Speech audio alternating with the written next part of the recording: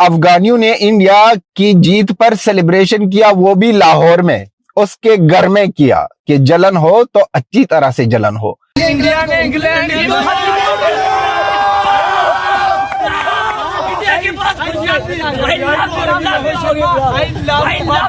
ढोल बजा रहे थे। ये लिबर्टी चौक नहीं है जो पीले कपड़े वाले नहीं होते, वहाँ पे ढोल बज रहे थे, ढोल बजाए जा रहे थे इन फेवर ऑफ इंडिया।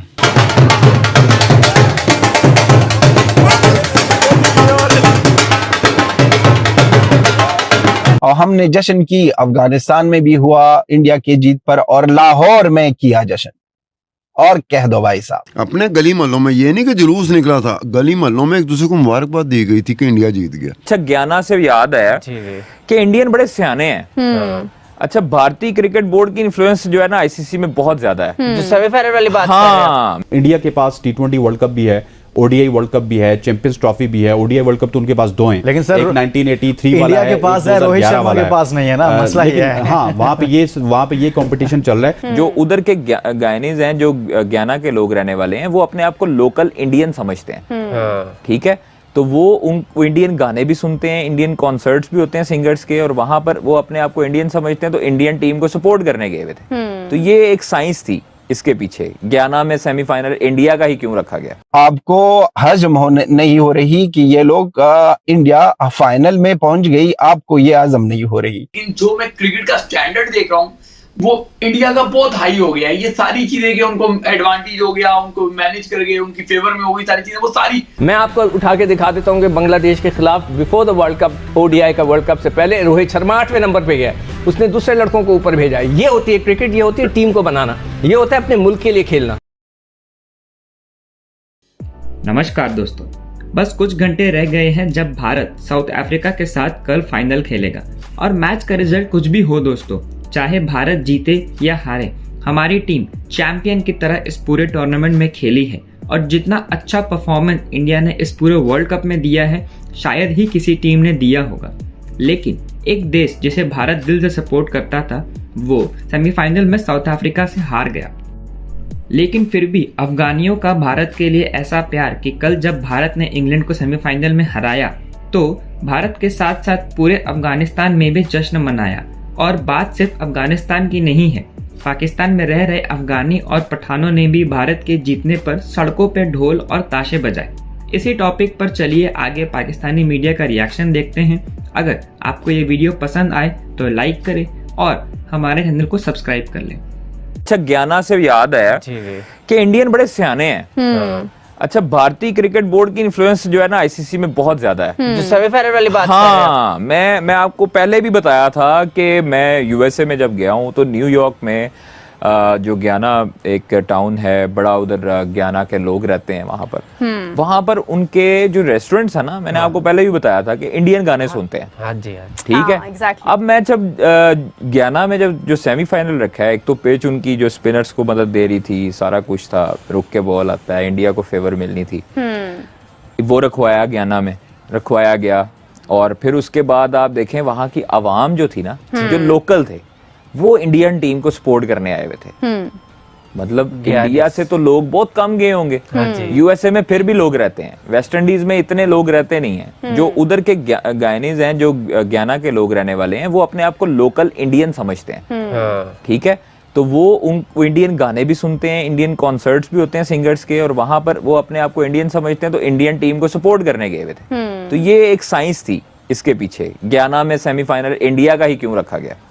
तो इस वजह से प्रो इंडियन अजीब उधर वहां पर जो है वो इंडियन अपना फायदा सोचते हैं। ये भी देख रहे हैं, ज्यादती होती ना, अगर के मैच रहा होता कल इंग्लैंड अगर खेलता और बारिश होती। अच्छा, एक जगह मैं ये खबरें भी पढ़ रहा था कि जय शाह ने 4-5 दिन पहले तमाम बोर्ड्स को जो है वो दावतनामे भिजवा दिए थे फाइनल देखने के लिए।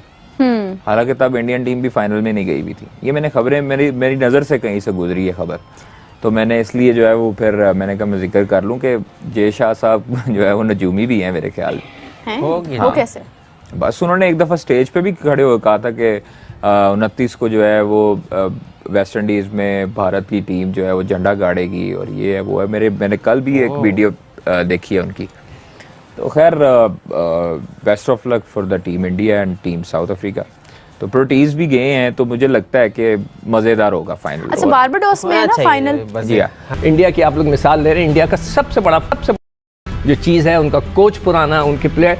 अभी ये कह रहे थे कि 37 साल का नए बच्चों की बात करते हैं, वो 37 साल के परफॉर्मेंस देखा हुआ आ रहा है, तो उसका भी ये आखिरी वर्ल्ड कप है। सब कह रहे हैं कि उसका भी है, कोहली जो है 26 तक नहीं रह सकेगा, उसका भी आखिरी है, और हो सकता है बुमराह का भी आखिरी हो। कई लड़कों का, उनका 5 लड़के शायद ओवर 30 हैं उनके, 3 लड़के शायद 35 प्लस हैं, जो कल फैजान ने डिटेल्स भेजी थी, उसके अंदर या पता नहीं आर्टिकल में लिखा हुआ था, मैं पढ़ रहा था।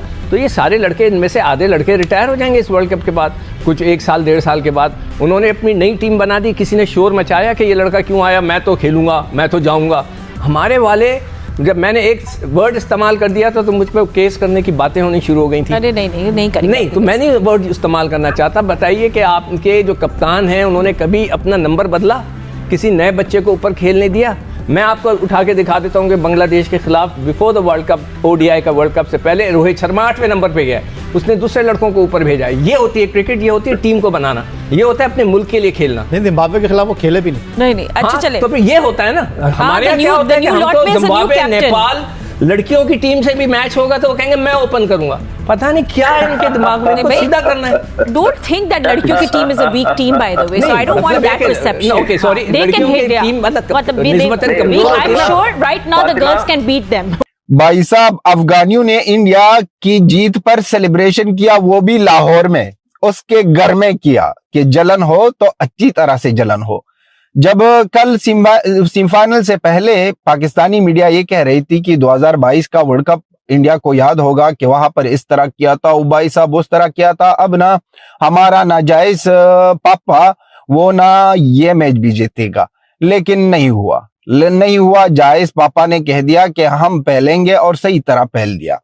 भाई साहब, बदला ले लिया और पूरा और अच्छी तरह बदला ले लिया। इंग्लैंड सोच रही थी कि हमने वहां पर दूसरी बैटिंग की थी, इस दफा भी यही हो गया। हाँ, नहीं, रोहित शर्मा सर ने कहा कि कहानी बदलेगी और अच्छी तरह से बदलेगी, और बदला दिया। अब इंडिया वालों को मैं कहता हूं, मेरे भाइयों को मैं कहता हूं कि ये वर्ल्ड कप हमारा है, ये वर्ल्ड कप इंडिया ही आएगा और ये वर्ल्ड कप हमारा है। इस वर्ल्ड कप की ये फाइनल जो होने वाली है, मैं गुरूर घमंड की बात ही नहीं करना चाहता, लेकिन जिस तरह के दोनों सेमीफाइनल एक तरफा की जीत थी, जैसे साउथ अफ्रीका ने अफगानिस्तान से एक तरफा जीता और इंडिया ने इंग्लैंड से एक तरफा ये मैच जीता, जैसा वो उस पर ना अटैक किया, सब कुछ भूल गए इंग्लैंड वाले। उसी तरह इंडिया और साउथ अफ्रीका का ये जो फाइनल होने वाला है कल, ये होगा एक तरफा भाई साहब, ये होगा एक तरफा भाई साहब। और ये इस वर्ल्ड कप में ये ट्रॉफी सिर्फ और सिर्फ जा रही इंडिया। वहां पर दूसरी तरफ पड़ोसी बैठे हैं, कामरान अकमल, बासित अली, ये मीडिया में बैठे हैं और बातें कह रहे हैं कि आईसीसी फेवर कर रहा है इंडिया क्रिकेट टीम की। भाई साहब, परफॉर्मेंस तो देखो ना, वहां पर बॉलिंग, बैटिंग, फील्डिंग, वहां पर वो भी देखो ना किस तरह से वो परफॉर्मेंस कर रहे हैं। आप अंधे हो, अगर अंधे नहीं हो नो तो आप मुनाफिक हो, आपको हजम नहीं हो रही कि ये लोग इंडिया फाइनल में पहुंच गई, आपको ये हजम नहीं हो रही।